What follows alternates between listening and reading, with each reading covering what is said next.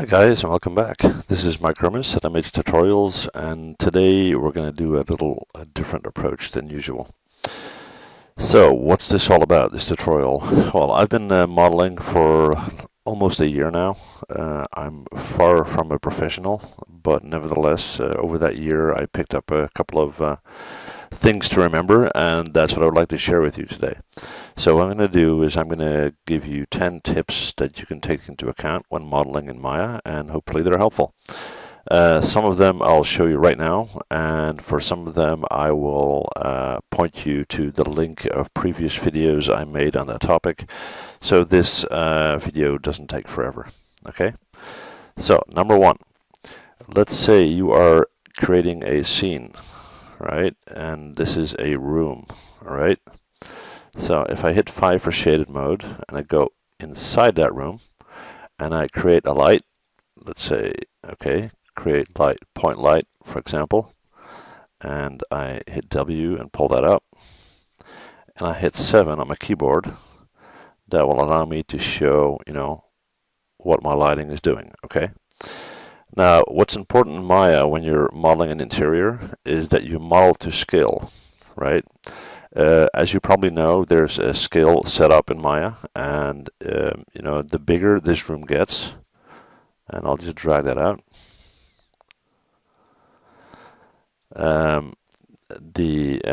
If you do that, what happens is your light will react differently. The reason for that is that the lights used in Maya have a preset, and they're based on actual conditions in real life, okay? So if I were to scale everything to an extremely small measurement, and I would make that my room, and I would put a light in that, it would be completely blown out. Now, in one of my videos, I showed you how you can use the measurement tool in Maya, and that will allow you to drag out the room to a ratio that is, actual based on real life. Okay, and I'll put that link in. Okay, so that's number one. Okay, number two, let's say you are box modeling. You are creating a character or a vehicle or anything like that, okay? So let's say you got the head of a character, for example. Now, if I were to, for example, pull out an ear at this end, right, and a nose in front and so forth, I would have to duplicate or create the ear on the other end, and that would be pretty tricky to make sure that they're the same, right? Now, one of the videos that I made is how to mirror while modeling. What that does, and again, I will post that link, is anything you do at this end will be automatically copied at that end, okay? Pretty basic, but really, really helpful. It's going to be too lengthy to go into that right now, so again, I will show you that link. Number three, extremely important. Make sure to save your work.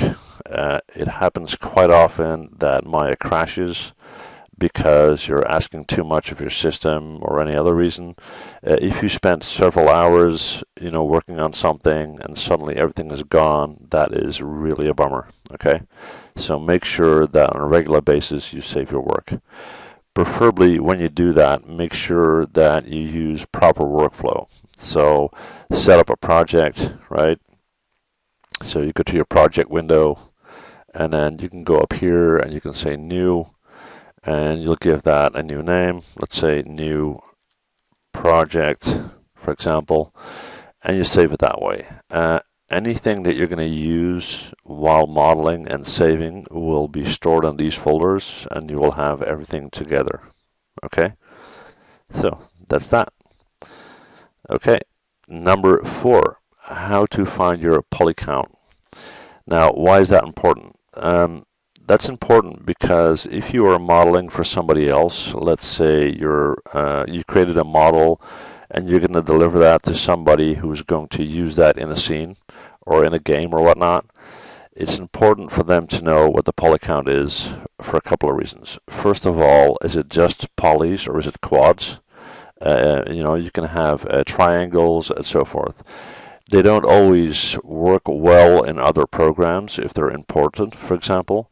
And also, if you have an extremely high poly count, then it will be a very, very big task to render that and so forth. Now, the poly count, when you have a model set up, and I'll just quickly create something here, you can see that these numbers are going up, okay? The number of faces that's your poly, okay? So in this case, it's 60. If I create another cube and pull that up, okay, then you'll see at faces, you got 66 in total and 6 in the selected object. So this cube has 6 polys, and the total scene, so these two together, have 66. Okay? Okay, next one. Number 5, turntables. When you model an object and you want to create a demo reel or a show reel, right? Some people will use a turntable. So it's just a disk that's slowly turning around with your object sitting on it. And that way you can present your model from all angles. Now, not all companies prefer that you do that, but if you wish to do that, I put a tutorial on that will explain to you exactly how you can set up a turntable. Okay, and again, I'll put that link in there. Okay, number 6.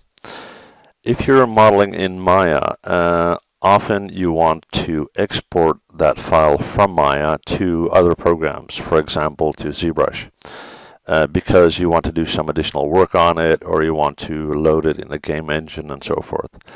Now, the typical Maya extension when you save a file is MB, and that doesn't load well in most applications. So there's an alternative, which is an OBJ file. Okay, so if I were to create this cube, right, and I want to export that as an OBJ file, that's obviously different than saving it. So if I were to save it, I would say save scene as, and it would be saved as an MB file. Okay, if I want to export it as an OBJ, I would go either to export all or export selection. If I want to export my entire scene, and I would hit export all, okay, that will allow me to save a file with an OBJ export extension. That file, for example, can be easily imported into ZBrush. Okay? All right, next one. Depth of field. When you are modeling a scene, and I'll just create something here, what you often see in movies and actually in real life as well is something that is very close and up front is very crisp and clear. Something further in the background is a bit blurry. Okay. Now, there's an option in Maya to set up depth of field, which will allow you to see an object in the background more blurry. Okay. In Maya, obviously, you have to simulate that. There's tooling to do that, and the video on that topic will be listed underneath this video. Okay? Okay, next one. We'll just get rid of that. Setting up daylight. Now, if you're creating an outdoor scene and you want to use daylight, then Maya has an option to do that. It's in your render settings up here. You can go to mental ray. You can go to indirect lighting, and you can click on physical sun and sky, right? Once you click that, it's set up, and you can already see there's some lighting going on here. Now, what's important to know is if I move this guy out of the way, that is my daylight, okay? Now, you can see if I move this around, there's nothing changing on the top of my object. The reason for that is the light is not just coming out of these little arrows here, but everywhere in that direction, right? So here, here, here, and so forth. What does have an effect, though, is if you change the angle of the sun. So if I were to hit E and rotate, you'll see that on my object, now it's pretty much late in the evening. This is like midday. The sun is coming straight down. And what you can do is you can move the sun over, move it down, and just hit that angle here, and you will get a total different effect on your scene. And again, there's a video on that, and I will put a link in. Okay. All right, next one. Just get rid of that. And get rid of that. Okay, number 9. Duplicate special. Now, let's say you want to create a wheel, right? So I'm going to create a spoke, and I'm going to just flip that over by 90 degrees, minus 90 in this case, okay? And I'm going to check this from my top view. Now, if this would be spoke number 1, I'll just move that over here, right? And I want that to become a wheel. I'll have to have one there, one there, one there, one there, and so forth. Now, it's really tedious to copy these and manually position them in place and so forth. Maya has the option to duplicate special, which will allow you to make duplicates, but each duplicate is at a slightly different angle. And you can go around 360 degrees and automatically have them in the right position. Okay? And again, you will find that link underneath the video, showing you the video explaining that. All right? And then last but not least, number 10, the Lattice Tool. So what's a Lattice Tool?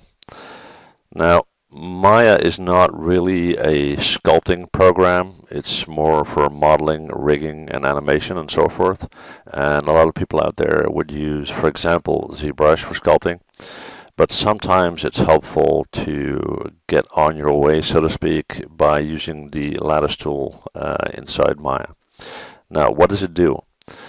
If we were to create a sphere, for example, and we'll just bump up the subdivisions a little bit. Okay, we're going to select our object.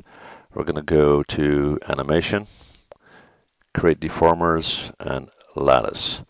That's going to create a box around our sphere. Okay. Now, if we go into our lattice shape divisions marker, so to speak, you can set up how much divisions you want, and I wouldn't advise to use too much, but let's say something like this. Okay. What you can do now is you can right-click on that box and select lattice point. Now, if I drag select one of these points and I start pulling on it, what you will see, and I'll do it in a bit bigger selection, is you're going to deform your original shape. Okay? And that can be very handy if you want to, especially when you're character modeling or vehicle modeling or something like that. Okay, and the full tutorial on that topic that will be linked below as well. Okay, these are my 10 quick tips. Hopefully they're useful. If you've got any questions, let me know, and thank you guys for watching.